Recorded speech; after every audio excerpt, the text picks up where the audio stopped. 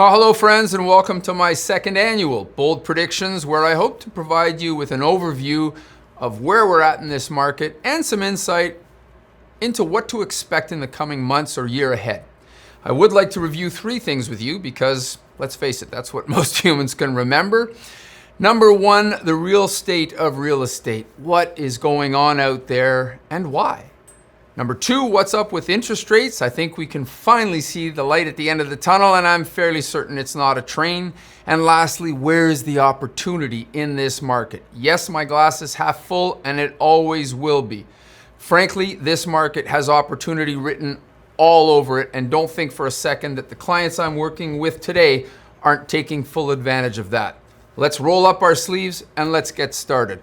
The real state of real estate. Friends, the number one question I get asked when I run into some of you is, hey Mark, how's the market? And while difficult to explain for the last 3 years and struggling, many are struggling, it's not what it seems. It's really all not that difficult to explain. You see, it's not so much about the information that is inconsistent, rather it's the way in which the information is being presented that is inconsistent. It's either misinformation or worse yet, it's outright false. You've heard me say this many times and I will continue to say this to you. People lie, numbers don't. But alas, where do we get our information? Media. But what is media today? Is it social media as a broad spectrum? Is it Facebook? Is it Twitter? Is it LinkedIn? Who do we trust? And how can we trust them? And my answer to you is, I don't know. I certainly don't trust any of it, but what I do know is where I'm getting my information, and that's from you, from living and working in the trench, the day-to-day efforts of listening to my buyers and sellers, and of course, relying on the best economists in the business for my information. The word of the day, folks, is fear. That's right, fear and uncertainty, and it lies at the very root of the state of this market. You see, media is confused. What they're reporting is inconsistent, conflicting, sensationalized, and frankly, largely negative. I mean, after all, negativity sells. If every article was sunshine and lollipops, nobody'd be paying attention. And then add to that agents are confused. The average realtor in Ottawa last year sold 3.9 homes, and it's down this year over that number. The amount of new realtors in Ottawa is up over 50% since the start of COVID, most of which are a younger demographic.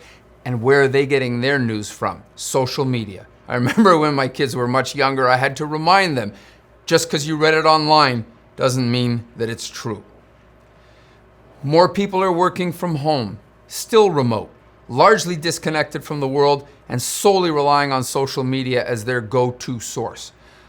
Let's understand something. Humans are predisposed to herd behavior, but there are two types of herd behavior. Cattle, as in following the herd, or as in, I heard it, so it must be true. Either way, it's a slippery slope and it doesn't always end well for those who are following. Many of us are comparing our behind-the-scenes reel to everyone else's highlight reel. This month, I'm proud to celebrate my 20th year of doing this crazy business, and I do love it more today than I did when I started. Why? Because it's not about the negative, it's not about the deals, it's about you. It's about impacting and improving your lives, those people that I am blessed to serve, and to serve you with the utmost of integrity and a grateful heart. Friends, this is a matter of basic economics, and it's no coincidence it's called a law. That's right, the law of gravity, what goes up must come down. The law of the harvest, we reap what we sow. And of course, the law of supply and demand. In the case of limited supply and increased demand, we can expect prices to continue to rise. Yes, the feverish pace of last year's buyers has cooled, and I think we can agree it needed to. The FOMO from last year's buyers feeling like if I didn't get in then, I would never get in. And cheap money caused many buyers to be irresponsible. Most uneducated buyers today continue to chase the same unicorn that they have been for the last 3 years now. Yes, there are still indeed bidding wars out there, albeit fewer and far between. Most homes are not selling way above asking. In fact, some are selling below asking. And they are largely confined to specific areas, specific price points, but above all, they are considered to be move-in, turnkey condition homes. And to our dear sellers out there, it's their turn to feel FOMO, fear that they missed out on last year's craziness and insanity. If you're following the market, you will have seen firsthand stuff is either selling quickly or it's sitting. And why is it sitting? Because their realtor either couldn't or didn't have the courage to have the difficult conversation with them that their home is no longer worth what it was in April of 22. Here are some important facts to consider. We are experiencing a Canada-wide housing shortage, and it's suggested that this could continue into 2030. Between immigration, in-migration, Ukrainian refugees, across the country, Ottawa is experiencing more demand than it can handle, and new home sales have fallen off significantly. Days on market. Since COVID, we saw a new norm created, and that was watching properties sell in 7 minutes. 7 days, never mind 7 weeks. The historical average for the sale of a home in Ottawa is 90 days. We came from a time when it was not unheard of to have a home sell in 7 months. The average days on market in 22 was 32 days, and we did see that number creep up ever so slightly in early 23. However, it has dipped below that again, given the robust months of June and July, July being my biggest July of my career. New listings in Ontario are at a 20-year low. The average Canadian has a credit score over 700. Mortgage delinquencies are still at an all-time low. And we haven't even talked about the impact of boomers gifting their children money. The conclusion? This market is alive and well. Number 2, what's up with interest rates? It's easy to become dismayed with interest rates. However, historically speaking, these interest rates are still considered to be very low. Some of us have seen 12, 15, 18% interest rates, and yes, I appreciate homes were $150,000. People were making $30,000 a year. Many homes were single income homes, where today most are double income and healthy incomes at that. Homeowners today have a debt tolerance higher than any generation before them, and I'm told they're sleeping just fine. The truth is, what we experienced was emergency measures with cheap money as a result of COVID. We knew it couldn't and wouldn't be sustained. Last year's market was a runaway train, and it could not be slowed.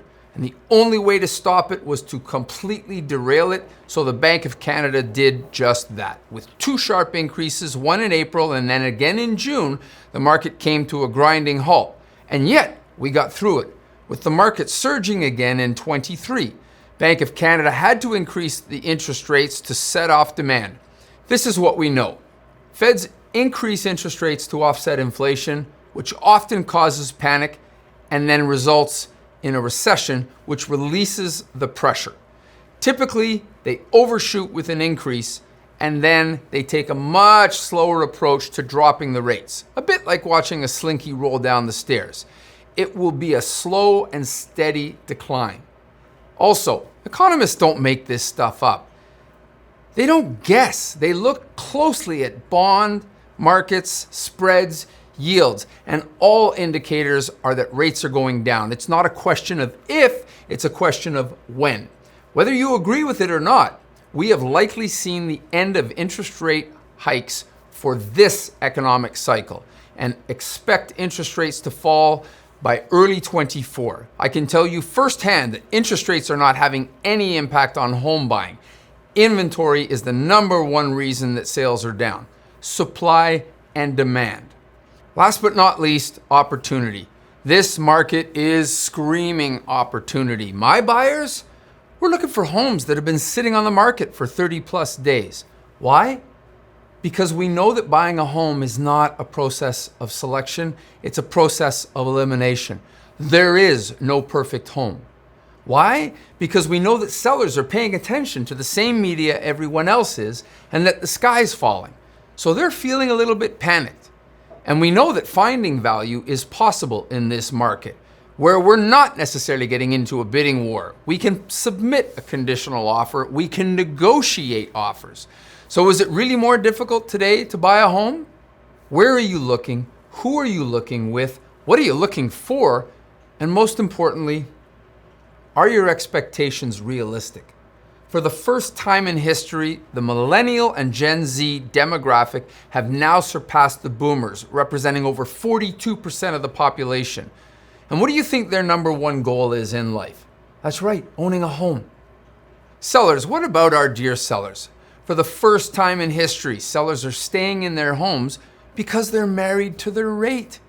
They don't want to upsize because they'll lose this fantastic interest rate. They're not going to lose anything. Port it and blend. Rent the rate. Sure, lock in for a year, maybe even 18 months. Take advantage of finding value with prices more stable. If you can afford to hold on until 24, go ahead, but remember you'll be paying that much more for the next home. Price your home appropriately for this market. Make sure it is show ready and looking like a museum. In short, don't look at your feet. Look forward and up. Try not to focus on the here and now. Sure, if it's raining, put on a rain jacket, but look at the forecast. Focus on the weather pattern, not the weather. I think you'll see the future is very bright with lots of sunshine. However, you have to believe it to see it. I want to thank you for your time and your attention. I encourage you to reach out with any questions that you have about this market. And I am so grateful for everything that you have done for myself and my team, and we look forward to seeing you at one of my upcoming events. Thank you.